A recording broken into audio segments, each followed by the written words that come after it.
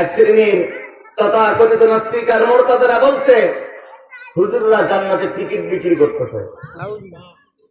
নাউজুবিল্লাহ বলবেন না? আচ্ছা ভাই, যেই লোক আপনাকে এই কথা বলবে যে আলেমরা, হুজুররা, মৌলবীরা জান্নাতের টিকিট বিক্রি করতেছে, ওই নেতাকে বলবেন নিশ্চয় টিকিট একটা আপনিও পেয়েছেন। কথা বলেন না কেন? যদি হুজুররা মিঠাপুকুরের অধ্যাপক গোলাম রব্বানী স্যার বা আসাদুজ্জামান শিমুল ভাই যদি জান্নাতের টিকিট বিক্রি করে, নিশ্চয়ই কোনো না কোনো লোক টিকিটটা কিনেছে, ঠিক কিনা? টিকিটে তো আমাকে দেখান তো ভাই, কেমন সে টিকিটটা। ওরা কিন্তু দেখাতে পারবে না। ওরা বলে যে হুজুররা ধর্ম নিয়ে রাজনীতি করে। আচ্ছা বলেন তো, এই যে আপনারা আমাকে দেখছেন, আমি কি শুধু ওয়াজ মাহফিলে টুপি পরি নাকি যখন রাস্তাঘাটে থাকে তখনও টুপি পরি? টুপি নিয়ে কি আমরা ব্যবসা করি? কথা বলেন না কেন?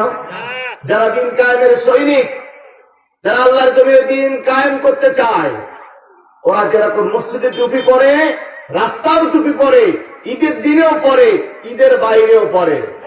ধর্ম নিয়ে রাজনীতি কর্মীরা তোমরা, ওরা যখন ওয়াজ মাহফিলে আসে আমার থেকে লম্বা টুপি মাথায় দেয়, আবার যখন যাত্রা প্যান্ডেলে যায় তখন তারা টুপি পরে না, তখন সেখানে ডান্সন সিগারেটের ধোঁয়া পাওয়া যায়।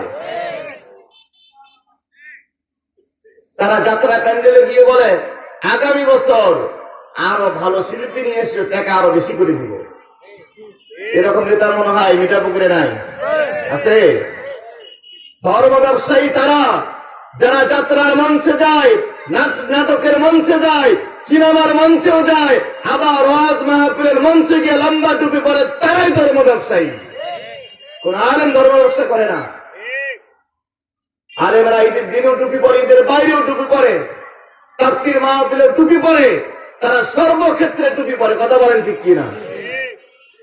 সুতরাং এসব উল্টা পাল্টা বক্তব্য দিয়ে এদেশে যে গণজোয়ার সৃষ্টি হয়েছে, ইসলামের পক্ষে যে গণজোয়ার সৃষ্টি হয়েছে, এই গণজোয়ারকে বাধা দেওয়ার মতো শক্তি বাংলাদেশের কোন শক্তি নাই। দাউদ আলাইহিস সালাম তিনি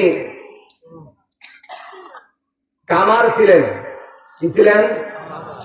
যারা লোহার জিনিসপত্র তৈরি করেন, দা, কুড়াল, খন্তি। তো দাউদ আলাইহিস সালামের জিনিসের তিনটা গুণ ছিল। তার এই যে দা, কুড়াল, খন্তি, এগুলো দামে কম ছিল। কথা বলেন, 1 নম্বর গুণ কি ছিল? দামে কম। 2 নম্বর কাটে ভালো। 3 নম্বর ওজনে কম, যার কারণে বহন করতে সুবিধা। দামে কম, কাটে ভালো, ওজন কম, বহনে সুবিধা।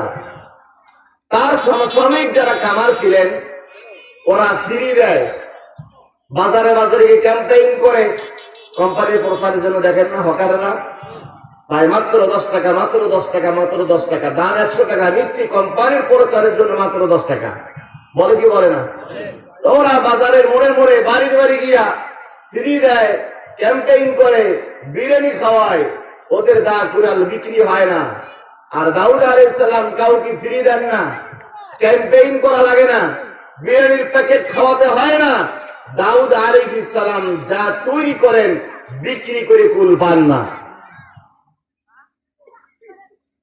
এখান থেকে প্রমাণ হয়, তোমরা মানুষকে মিছিলে নেওয়ার জন্য টাকা দাও, শাড়ি দাও, লুঙ্গি দাও, বিড়ি দাও, বিরিয়ানির প্যাকেট দাও, তারপরে তোমাদের নেতা কর্মীদের খুঁজে পাওয়া যায় না।